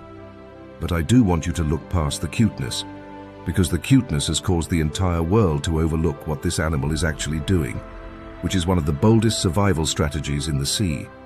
So let me set the scene. The clownfish lives inside a sea anemone. You have seen this. The fish nestled into those soft, waving, flower-like tentacles, peeking out, looking adorable. It looks peaceful. It looks like a fish that found a cozy little plant to call home. Here is the part the cuteness hides. The anemone is not a plant. The anemone is a predator, and those soft, waving tentacles are covered in weapons. Each tentacle is armed with thousands upon thousands of microscopic capsules called nematocysts. Every one of them is a tiny, coiled, venom-tipped harpoon, loaded and ready. When something brushes against the tentacle, the harpoon fires, injects venom, and either kills or paralyzes whatever touched it. For almost every small animal on the reef, an anemone is a wall of death. You make contact once, and you do not make contact twice, because there is no second time. The anemone catches fish. The anemone eats fish. The anemone is, for a creature the size of a clownfish, an absolutely lethal environment. And the clownfish lives in it, sleeps in it, plays in it, rubs its whole body against those venomous tentacles over and over, all day long, and walks away completely unharmed. How? How does a small, soft, defenseless fish survive being in constant physical contact with thousands of venomous harpoons? This is the hidden system, and it is genuinely one of the most elegant tricks in the ocean. The clownfish coats itself in a special layer of mucus, and this is not ordinary fish slime. This mucus is the key to the entire arrangement because it is chemically engineered to fool the anemone. The anemone's harpoons do not fire randomly. They fire in response to specific chemical and physical signals, signals that say, this is foreign, this is prey, this is something to attack. The clownfish's mucus either suppresses those trigger signals, or it mimics the chemical signature of the anemone's own body, so that the anemone reads the fish as part of itself, as not prey, as something that belongs. Think about what that means. The clownfish is wearing a chemical disguise that whispers to the wall of weapons over and over, "Do not fire. I am one of you. I am not a threat. Do not fire." It is a molecular passport, a forged ID at the door of the most dangerous building on the reef. And it works so completely that the fish can live its entire life inside a structure that would kill almost any other animal on contact. And here is a detail I love. The clownfish is not born with this protection fully formed. A young clownfish approaching an anemone for the first time has to acclimate to it. It does this carefully, gradually, touching the tentacles a little at a time, building up and adjusting its mucus coating through repeated, cautious contact until it has the right chemical signature to be accepted. It has to learn to live inside the danger. It has to earn its place in the weapon. There is something almost moving about that. This little fish carefully, deliberately introducing itself to the thing that could kill it until the thing accepts it as family. Now I want to talk about why this matters, because the clownfish is not just freeloading. This is a real partnership, and both sides benefit, which makes the whole thing even better. The anemone gives the clownfish a fortress. Predators that would happily eat a clownfish in the open will not come near those venomous tentacles. So the clownfish gets a home that is, for it, perfectly safe, and for everyone else, deadly. It is the ultimate gated community. The walls are made of venom, and the clownfish has the only key. In return, the clownfish works for its keep. It chases away creatures that try to nibble on the anemone. It keeps the anemone clean. Its movements improve water circulation around the tentacles. Its waste even provides nutrients that help feed the anemone's symbiotic algae. The clownfish is not a guest. It is a tenant who pays rent in labor and protection and nutrients. The two animals have built a genuine alliance, an economy of two, where each one supplies what the other cannot get alone. And this is where I want to come back to the question I opened with, because the clownfish is, to me, a small lesson dressed up as a fish. The whole ocean is built on the instinct to avoid danger. Hide from it. Flee from it. Put distance between yourself and the thing that can hurt you. And that instinct keeps most animals alive. But the clownfish found a different answer. The clownfish realized that the most dangerous place on the reef, the place every other animal avoids, was exactly the place where it could be safest. If only it could find a way to survive being there. So instead of running from the weapon, It learned how to live inside it. It turned the deadliest thing in its neighborhood into the walls of its home. There is something genuinely wise in that, and I do not think it is a stretch to say it. Sometimes safety is not found by running away from danger. Sometimes it is found by understanding the danger so completely that you can live right in the middle of it, protected by the very thing that scares everyone else off. The clownfish does this with a chemical system you cannot see, a coat of specialized mucus quietly whispering to a wall of harpoons all day long. It is invisible. It is constant. And it is the only thing standing between this little fish and the thousands of triggers it brushes against every hour of its life. Tell me in the comments whether you think the clownfish is brave or just clever, because I genuinely go back and forth. Living inside a minefield because you have figured out how to walk through it safely, is that courage? Or is it just very, very good engineering? Maybe in nature there is no difference. That is the 10th inner world, the cutest one, hiding the boldest idea. And there are 5 inner worlds left to open. In the last chapter, I told you about the guest. Now let me tell you about the house.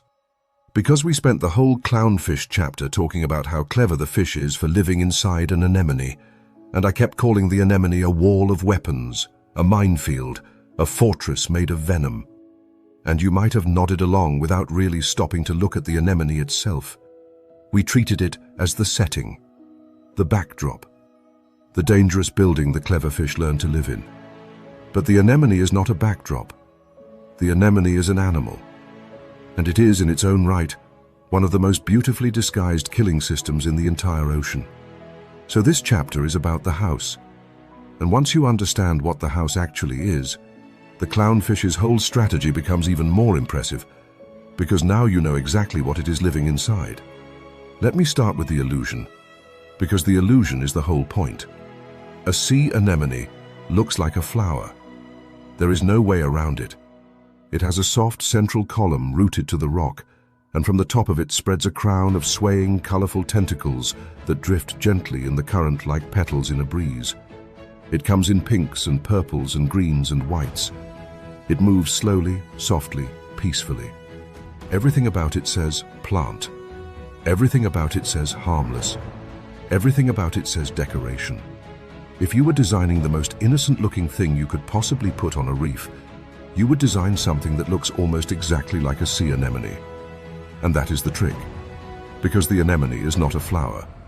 The anemone is not even close to a plant. The anemone is an animal, a relative of the jellyfish and the coral, and what looks like a ring of soft petals is actually a ring of loaded weapons surrounding a mouth. Let me say that again, because I want the reversal to land the way it landed for me. The thing you have been admiring as a beautiful underwater flower is, structurally, a mouth in the center, surrounded by a crown of venom-loaded harpoons, waiting for something to touch them. The beauty is real. The danger is also real. They are the same object. Here is how the weapons work, because this is the hidden system, and it is genuinely incredible at the microscopic level. Every one of those soft, waving tentacles is covered in specialized stinging cells, and inside each one is a structure called a nematocyst. Picture a tiny, coiled, harpoon-tipped thread, packed under enormous internal pressure, like a spring wound so tight it is straining to release. There are thousands of these in a single tentacle, millions across the whole animal, and each one is a trap, cocked and ready, doing nothing but waiting for a trigger. When prey brushes against the tentacle, the trigger fires. And the speed of this is the part that should impress you. The nematocyst discharges in microseconds, among the fastest movements in all of biology.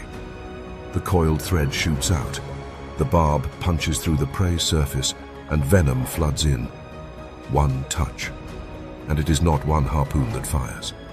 It is a cascade. Hundreds, thousands of these microscopic weapons firing along the contact area, all at once, injecting venom and locking the prey in place. The prey, whatever small fish or shrimp or drifting creature made the mistake of contact, is paralyzed almost instantly. And then the tentacles do what tentacles do. They draw the captured prey inward, toward the center, toward the mouth at the heart of the flower. The beautiful petals fold the meal inward and feed it to the opening they have been surrounding the whole time. The decoration eats, so the entire structure is a single, elegant trap. The bright colors attract. The soft, swaying motion looks harmless and inviting. The tentacles form a wide, welcoming crown, and the moment anything makes contact, thousands of loaded harpoons fire, and the welcoming flower becomes a feeding mouth. It is one of the purest examples in nature of beauty as a weapon. The thing that draws you in is the thing that kills you. Now here is a detail I find genuinely unsettling in the best way. The anemone barely moves. It is anchored to the rock. It does not chase. It does not pursue. It does not hunt in any active sense. It just sits there looking gorgeous, swaying in the current, doing absolutely nothing. And that stillness is the strategy. The anemone does not need to chase prey. It just needs to wait, looking like a harmless flower, until prey comes to it. The patience is part of the weapon. A loaded trap does not need to move. It only needs to be touched. And I want you to appreciate the restraint in that. We are so used to thinking of predators as things that move, that chase, that strike. The anemone is a predator that has removed almost all of that. It has stripped hunting down to its barest possible form. Look beautiful. Hold still. Wait. Let the weapons do everything. It is, in a strange way, the laziest possible predator, and also one of the most effective. It has been doing this successfully for hundreds of millions of years, longer than almost anything else on this list. Now let me bring it back to the clownfish, because this is where the pairing pays off. In the last chapter I told you the clownfish lives inside the anemone, protected by a chemical mucus that stops the harpoons from firing. And maybe that sounded impressive but abstract. Now you know what those harpoons actually are. Now you know that the clownfish is rubbing its body, all day, every day, against millions of cocked, venom-loaded, microsecond-fast weapons, any one of which would fire on a normal fish in an instant. And the clownfish walks through that, untouched, because its chemical disguise convinces every single one of those triggers not to go off. That is what the clownfish is actually living inside. Not a cozy plant. A field of millions of loaded traps. And it has figured out how to be the one creature those traps refuse to fire on. When you understand the house, the guest becomes even more remarkable. So here is what I want you to take from this chapter, and from the pair of them together. The reef is full of things that are not what they appear to be. The flower is a mouth. The petals are weapons. The decoration is a trap. And the cute little fish living inside it is pulling off one of the most sophisticated survival tricks in the ocean, precisely because the danger it lives in is so absolute. Tell me in the comments whether knowing what the anemone really is changes how you look at it. Because I cannot see an anemone as a pretty flower anymore. I see a mouth wearing a costume, surrounded by a crown of patient, loaded harpoons, swaying gently, waiting for someone to forget what it is. That is the 11th inner world, the house made of weapons. And the beauty, it turns out, was the most dangerous part. I want to do something a little different with this chapter. Most of the animals in this video I have framed around danger, or strangeness, or systems that feel almost threatening. And that is fair, because a lot of these creatures are genuinely unsettling. But the next animal has a reputation it does not entirely deserve. And I want to set the record straight because I think the stingray is misunderstood, and I think the truth about it is more interesting than the fear. So let me say this clearly, right at the start. The stingray is not a monster. The stingray is not aggressive. The stingray is not out to get anyone. It is, in fact, one of the calmest, most graceful, most genuinely peaceful animals on the entire reef. And the famous weapon it carries, the thing everyone is afraid of, is not an attack tool at all. It is a panic button, a last resort, a defensive system that the animal would honestly rather never use. But to understand the weapon, you first have to understand the animal. And the animal is beautiful. Watch a stingray move through the water, and you will see one of the most elegant forms of motion in the entire ocean. It does not swim the way a normal fish swims. It flies. The body is flattened into a wide, smooth disc, and the edges of that disc ripple in long, flowing waves, like a sheet caught in a gentle breeze, like a carpet learning to glide. People call them flying carpets, and once you see one move, you understand exactly why. There is no thrashing, no urgency, no effort. The stingray pours itself through the water, soft and slow and almost hypnotic. It is, genuinely, one of the most peaceful things you can watch underwater.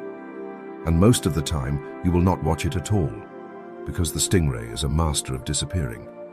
Its body is flat for a reason. It settles onto the sandy seabed, and then it shimmies, flicking sand up over the edges of its body until it is buried, with only its eyes and a breathing opening exposed. It vanishes into the ground. A diver can swim right over a buried stingray and never know it was there. The flat shape is not just for flying, it is for hiding. The stingray spends much of its life as part of the seafloor, calm and concealed, going completely unnoticed. Now here is the first hidden system, and it is one of my favorites in the whole video, because it is a sense we do not have. While the stingray is buried in the sand, looking like it is doing nothing, it is actually scanning the area around it using an ability called electroreception. Every living thing produces tiny electrical fields, generated by muscle movements, by nerve activity, by the simple act of being alive. You cannot feel those fields. I cannot feel them. The stingray can. It has special organs in its skin called the ampullae of Lorenzini that detect the faint electrical signals given off by other animals. So a small creature buried in the sand nearby, a clam, a worm, a shrimp, thinking it is perfectly hidden, is not hidden at all. The stingray feels its heartbeat. It feels the faint electrical hum of its body. The prey can hold completely still, give off no sound, no movement, no scent, and the stingray still knows exactly where it is because it can sense the electricity of life itself. The stingray is reading a layer of reality that is completely invisible to us. It hunts with a sense we do not even have words for, because we have never experienced it. I find that genuinely humbling. We share the ocean with an animal that perceives a dimension of the world we are completely blind to. While we see sand, it sees a glowing map of every living thing buried beneath it. The stingray uses this to feed, and its feeding is as gentle as everything else about it. It is a bottom feeder. It locates prey in the sediment, then uses its body and mouth to excavate and crush small shellfish, worms and crustaceans. No drama, no chase, just a calm animal, flying low over the seabed, sensing the electrical signatures of hidden food and quietly digging it up. There is nothing violent about how the stingray lives. It is, by temperament, a peaceful gardener of the seafloor. So where does the fear come from? It comes from the second hidden system, the one on the tail. And I want to explain it carefully, because the way it is usually talked about is unfair to the animal. Many stingrays carry a barb on their tail. It is a hard, sharp spine, often with backward-facing serrations, and in many species it is coated in venom. It is a real weapon. It can cause serious injury. I am not going to pretend it is harmless, but here is the part the fear leaves out. The stingray does not hunt with it. The stingray does not stalk anything with it. The barb plays no role whatsoever in how the animal eats or lives. It is purely, exclusively, a defensive system. It exists for one reason, in case something tries to attack the stingray from above. Sharks hunt stingrays. Larger predators hunt stingrays. And against a threat coming down on its back, the stingray's last resort is to whip its tail upward and drive the barb into the attacker. That is it. That is the entire purpose. It is a panic button, pressed only when the animal believes it is about to die. The reason people get hurt by stingrays is almost always the same. Someone steps on a buried one without seeing it. The stingray, suddenly pinned, with a heavy threat pressing down on it from above, does the only thing its biology knows to do in that moment. It defends itself. It is not an attack. It is a terrified animal reacting to what feels, to its instincts, like a predator landing on its back. The stingray would have vastly preferred that you simply never stepped on it. This is why, in places where people swim near rays, you are taught to do the stingray shuffle. You slide your feet along the sand instead of stepping down, so that a buried ray feels you coming and glides away, which is exactly what it wants to do. Given any chance at all, the stingray chooses to leave. The weapon only comes out when leaving is no longer an option. So this is the contrast at the heart of the animal, and it is the reason it belongs in this video. On the outside, the stingray is grace itself. Calm, flowing, peaceful, gliding over the sand like a carpet in the wind, hunting with a quiet electric sense we cannot even imagine, hurting nothing larger than a clam. And hidden in that serene body is a single, sharp, venomous last resort, sheathed and dormant, never used in anger, waiting only for the worst possible moment. It is, in a way, the opposite of a lot of the animals we have looked at. The anemone is beauty hiding a weapon it uses constantly. The stingray is beauty hiding a weapon it hopes to never use at all. One is a trap. The other is a fire extinguisher. Same category of hidden system, completely opposite intent. Tell me, in the comments, whether the stingray's reputation seems fair to you now, because I think this is an animal that has been cast as a villain for doing nothing more than defending itself in the one moment it felt it was about to die. And I would gently argue that an animal that only fights back when stepped on is not dangerous. It is just honest about its boundaries. That is the 12th inner world. The flying carpet with the panic button it prays it never has to press. And 3 inner worlds remain. We need to talk about scale. Throughout this video, we have mostly stayed small. Reef creatures, animals you could hold. Even the sperm whale, as enormous as it is, lives in a world we can sort of picture. But the animal I want to show you now exists at a scale that genuinely breaks the human imagination. And the system hiding inside it is built around a paradox so strange that, the more you think about it, the less sense it makes. This is the blue whale, the largest animal that has ever lived on planet Earth. Not the largest animal alive today, the largest that has ever existed across the entire history of life, including the dinosaurs. There has never been anything bigger. As far as we can tell from everything that has ever left a fossil, the blue whale is the size record for life itself. Let me try to give you the scale, even though I know numbers tend to bounce off. A blue whale can reach lengths of around 30 meters. Its heart is roughly the size of a small car, and it pumps blood through vessels wide enough that a human child could theoretically crawl through the largest of them. Its tongue alone can weigh more than an elephant. When a blue whale calf is born, it is already one of the largest animals in the entire ocean, and it gains hundreds of pounds per day on nothing but its mother's milk. Everything about this animal is at the absolute edge of what biology can physically build. So here is the question that should immediately come to mind. If you are the biggest predator that has ever existed, what do you eat? The instinct is to say, big things, obviously. The biggest hunter should hunt the biggest prey. A creature this size should be tearing through giant fish, hunting other large animals, sitting at the very top of a food chain made of substantial meals. That is how the logic should work. Big predator, big prey. The blue whale eats krill, small shrimp-like crustaceans, each one roughly the size of your fingernail, some smaller than that. The largest animal in the history of the planet sustains its entire colossal body on some of the tiniest animals in the ocean. I want you to really sit in that contradiction, because it is genuinely one of the strangest facts in all of biology. The biggest body ever built does not hunt big things, it harvests the small. It is like discovering that the largest machine ever constructed runs entirely on grains of sand. The math feels wrong. And yet, it is exactly right. And the system that makes it work is hiding inside the whale's throat.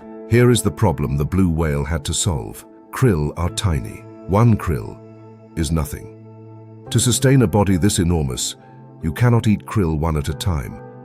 You would burn more energy chasing each individual krill than you would gain from eating it. You would starve. So eating small prey only works if you can eat an absolutely staggering quantity of it, all at once. The blue whale needed to find a way to harvest the small not in pieces, but in clouds. And the system it evolved is called lunge feeding, and it is one of the most extreme feeding events on Earth. It starts with the krill themselves. Krill do not spread out evenly. In rich, productive waters, They gather into dense, swirling swarms, clouds of millions of individuals packed tightly together.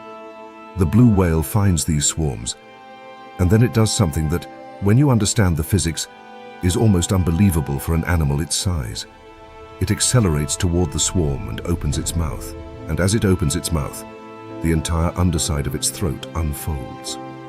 Hidden along the bottom of a blue whale's throat are dozens of long elastic pleats, grooves of expandable tissue that, when relaxed, lie flat and invisible. When the whale lunges, those pleats stretch open like an enormous parachute, like an accordion expanding, ballooning the throat outward into a vast pouch. In a single lunge, the whale engulfs a volume of water that can be larger than its own body. Tens of thousands of liters of water and krill taken in one gulp. Then the mouth closes. And here is where the second part of the hidden system comes in. The blue whale has no teeth. Instead, hanging from its upper jaw are baleen plates, hundreds of them, made of keratin, the same material as your fingernails, fringed at the edges into a dense mat of bristles. The whale pushes all that engulfed water back out through the baleen. The water passes through the bristles and out. The krill do not. They get caught against the baleen mat, trapped, while the water escapes. The ocean passes through. The food stays behind. Water in, water out, calories remain.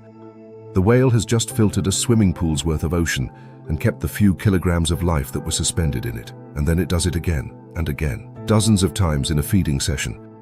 In a single day during peak feeding season, a blue whale can consume something on the order of 4 tons of krill, 4 tons of fingernail-sized animals, harvested from the water by the largest creature that has ever drawn breath. This is the elegance hiding inside the size.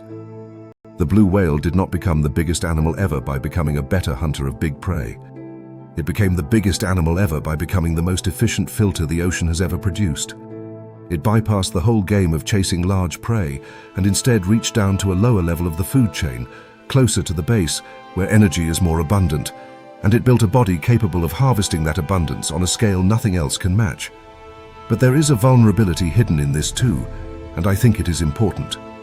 Because the blue whale's entire colossal existence depends on the krill. If the krill are plentiful, the whale thrives. If the krill fail, the largest animal on Earth has nothing to eat. Krill populations are tied to ocean temperature, to currents, to the health of the phytoplankton the krill themselves feed on. So the biggest body ever built is tethered completely to the fate of some of the smallest organisms in the sea. The giant is at the mercy of the tiny. Pull the small thing out of the equation, and the largest thing collapses. There is something almost poetic and a little frightening about that dependence, and the whale chases this abundance across the planet. It migrates thousands of kilometers, timing its movements to the seasonal explosions of krill in the cold, productive waters of high latitudes, feeding hard in the rich months, then traveling to warmer waters to breed, often fasting for long stretches in between. Its whole life is organized around finding the clouds of small life that keep its enormous body running. So here is what I want you to take from this chapter. We tend to equate size with dominance, and dominance with violence, with hunting big and conquering. The blue whale quietly rejects all of that. The largest animal in the history of life is not a violent apex hunter. It is a gentle, migrating filter, sustained by clouds of creatures smaller than your fingertip, kept alive by an elastic, unfolding, parachute-throated harvesting system hidden inside the biggest body that biology has ever dared to build. Tell me, in the comments, whether that paradox lands for you the way it lands for me. The biggest thing alive, built entirely around the smallest. I find it genuinely beautiful. It is proof that, in the ocean, magnitude is not built from feeding on the mighty. Sometimes it is built patiently and improbably from the tiniest abundance the sea has to offer. That is the 13th inner world, the giant built for the small, and only 2 remain. I have saved one of the strangest looking animals on this planet for near the end. If I showed you a photograph of a nudibranch, a sea slug with no context, and asked you what planet it came from, I genuinely think a lot of people would not immediately say Earth. These animals look engineered by an imagination other than nature's. Electric blue bodies trimmed in glowing orange, hot pink with neon yellow spots, patterns and colors and frilly appendages so vivid and so deliberate they look painted, designed, almost digital. They drift across the reef like tiny pieces of alien art that escaped from somewhere they were never meant to leave. And here is the thing that should immediately confuse you. By every rule of survival in the ocean, an animal that looks like this should be dead. Let me explain why. The sea slug is, physically, one of the most defenseless creatures you could imagine. It is soft. Completely soft. No shell. The shell that its ancestors once had has been lost entirely over evolutionary time. It has no armor. It has no spines. It has no teeth worth mentioning, no claws, no venomous strike. And it is slow. Painfully, comically slow. It glides across the reef on a muscular foot at a pace that would lose a race to almost anything. It cannot fight. It cannot flee. It cannot hide inside a shell. It is mechanically an easy meal. Soft, slow, and exposed. So what does a soft, slow, defenseless animal do to survive? Every instinct in the ocean says the answer is camouflage. Hide. Blend in. Become invisible. Be the rock, be the sand, be the kelp. We have seen animal after animal in this video survive by disappearing into the background. That is the standard playbook for the vulnerable. The sea slug throws that playbook in the trash. The sea slug does the exact opposite. Instead of hiding, it lights itself up like a billboard. Instead of blending in, it makes itself the single most visible thing on the reef. It is defenseless, and it advertises its location to every predator around. That should be suicide. It is not. And the reason it is not is the hidden system. And the hidden system is, frankly, a heist. Because those impossible colors are not decoration. They are a warning. In biology, this is called aposematism, the use of bright, bold coloring to announce to predators, "Do not eat me, I will hurt you." Wasps do it. Poison dart frogs do it.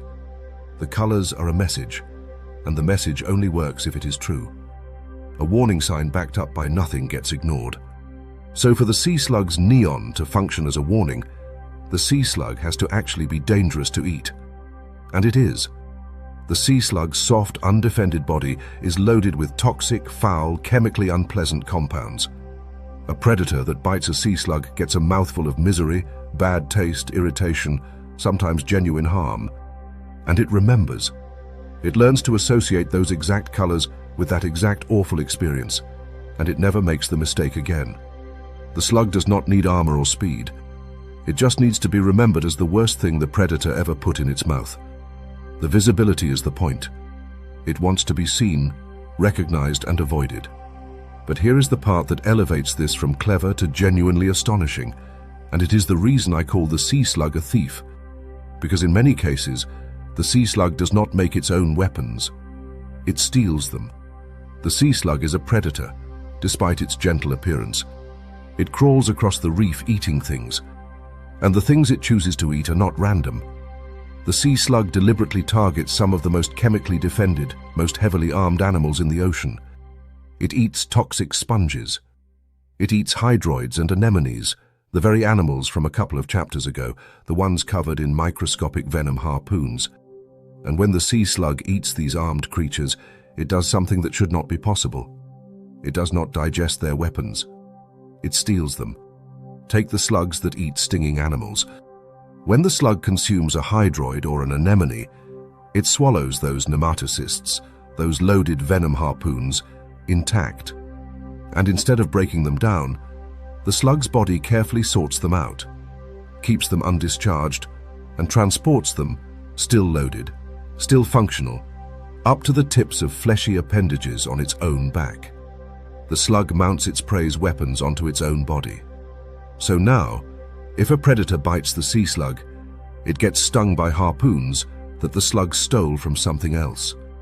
The slug did not evolve those weapons. It robbed them. It is wearing another animal's armory as its own armor. This even has a name.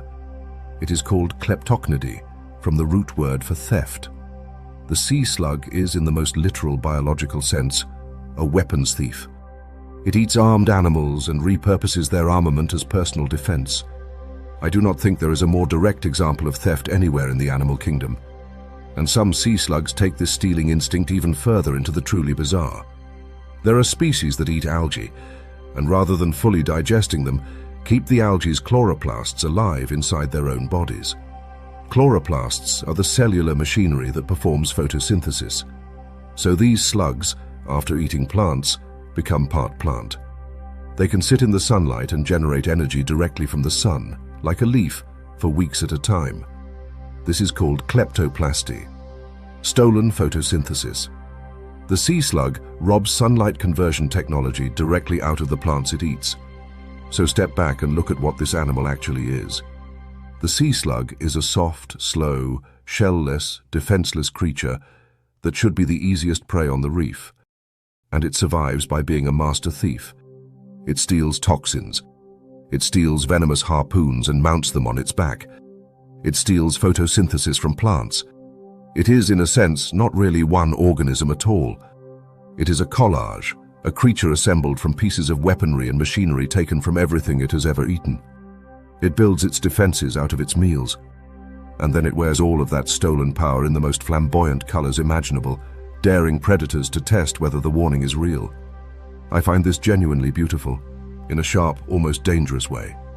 Because the sea slug represents a completely different survival philosophy from everything else in this video.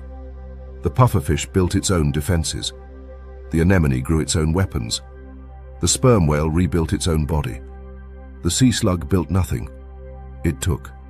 It survives entirely on appropriated power, on stolen chemistry, on weapons and abilities that originally belonged to other organisms. It is the reef's great burglar, and it dresses for the occasion in neon.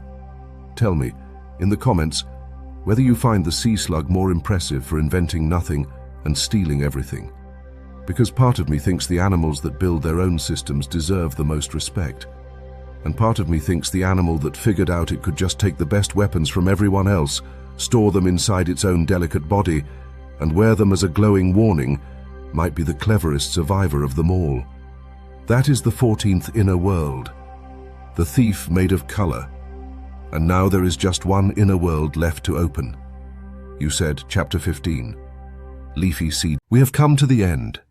14 inner worlds, opened up and looked inside. The distributed mind of the octopus, the living screen of the cuttlefish, the military hardware of the mantis shrimp, the silent system of the box jellyfish, the panic button of the pufferfish, the second mouth of the moray, the pressure machine of the sperm whale, the grinding mill of the parrotfish, the lab accident defenses of the sea cucumber, the chemical passport of the clownfish, the loaded harpoons of the anemone, the graceful defensive flying carpet of the stingray, the filter-feeding immensity of the blue whale, the stolen arsenal of the sea slug. Every one of them was hiding something. A system, a weapon, a secret machine, tucked inside a body that gave no hint of what it carried. That has been the whole story of this video. The ocean is full of creatures whose insides do not match their outsides. And for the final chapter, I wanted to end on something different, something quieter. Because after all the venom and the jaws and the crushing depths and the giants, I think the last secret of the ocean deserves to be a gentle one. So, let me show you the most beautiful hidden system of all. An animal whose secret is not a weapon and not a machine, but something stranger and softer. An animal whose entire genius is the art of being overlooked. This is the leafy sea dragon. If you have never seen one, I want you to picture this carefully, because the picture is the point. Imagine a slender, delicate fish, related to the seahorse, no thicker than a finger, and growing from all along its body, from its back, its sides, its head, are dozens of long, flowing, leaf-shaped appendages. They are translucent at the edges, tinted in soft yellows and greens and golds, and they drift and sway in the current exactly like blades of seaweed. The animal looks less like a fish and more like a piece of kelp that learned somehow to swim. And here is the strange truth about those beautiful leaves. They do nothing. Functionally, mechanically, they are useless. They are not fins. They produce no thrust. They do not help the animal swim, or sense, or feed. By every standard of how a fish is supposed to be built, those elaborate appendages are pointless ornaments that cost energy to grow and serve no practical purpose at all. Except they serve the only purpose that matters. They make the leafy sea dragon disappear. This is the hidden system, and it is the gentlest one in the entire video. The leafy sea dragon does not survive by fighting or fleeing or poisoning or hiding in a hole. It survives by becoming visual noise, by breaking up its own outline so completely that the eye and the brain behind the eye simply cannot find it. Predators on the reef are wired to recognize the shape of a fish, the streamlined body, the fins, the silhouette. The leafy sea dragon, by covering itself in drifting fake leaves, erases that silhouette entirely. A predator, looking right at one, does not see a fish. It sees seaweed. It sees background. It sees nothing worth a second glance, and it moves on. The dragon completes the illusion with how it moves. It does not swim the way fish swim. There is no powerful tail stroke, no urgent darting. It propels itself with a tiny, nearly transparent fin that vibrates so faintly you can barely tell the animal is moving at all. It drifts. It sways. It lets the current rock it back and forth in perfect time with the seaweed around it. Real swimming would betray it, would create the kind of rhythmic motion that predators notice. So the leafy sea dragon gave up on swimming and learned instead to drift like a plant. It does not move through its world. It dissolves into it. And I find something genuinely profound in that, because it is the complete opposite of almost everything else we have looked at. For 14 chapters, we have admired animals that survive by having more weaponry, more speed, more force, more toxin, more complexity. The mantis shrimp's overbuilt punch, the blue whale's impossible scale, the sea slug's stolen arsenal. Survival in this video has mostly meant intensity, power, systems that do something dramatic. The leafy sea dragon survives by having less, by doing nothing, by being still and soft and quiet and so thoroughly overlooked that nothing on the reef even registers it as alive. Its hidden system is not aggression. Its hidden system is invisibility. Its great evolutionary achievement is the art of not being seen. And it is one of the most successful, most beautiful, most peaceful animals in the sea, precisely because it perfected the skill of being missed. There is something almost meditative about that. We tend to think survival has to be loud, that you have to fight or dominate or outpower everything around you. The leafy sea dragon is quiet proof that sometimes the most effective thing you can do is simply become part of the background, to stop competing on intensity altogether, to survive not by being the strongest thing in the room, but by being the thing nobody noticed was in the room at all. And maybe that is the right note to end this whole video on, because the leafy sea dragon is, in a way, the perfect symbol for everything we have been doing here. This entire video has been about the hidden, the overlooked, the secret systems running inside animals we walk right past. 14 creatures whose inner worlds we never would have guessed at from the outside. And the 15th is an animal whose entire existence is built on being unguessable, on hiding in plain sight, on being the secret you never even knew to look for. The ocean is full of these. That is the thing I keep coming back to every time I make one of these videos. We look at the surface, we name the animals, we file them away as simple or pretty or boring, and we assume we understand them. And underneath, every single one of them is carrying something we never imagined. A distributed mind, a living screen, a second mouth, a stolen arsenal, a pressure-proof body, a panic button, a drifting disguise so perfect that you have probably watched footage of a leafy sea dragon and not even known it was there. That, to me, is the real magic of the ocean.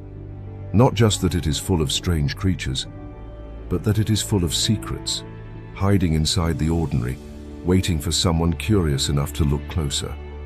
Thank you for looking closer with me, all 15 of these inner worlds, all the way to the end.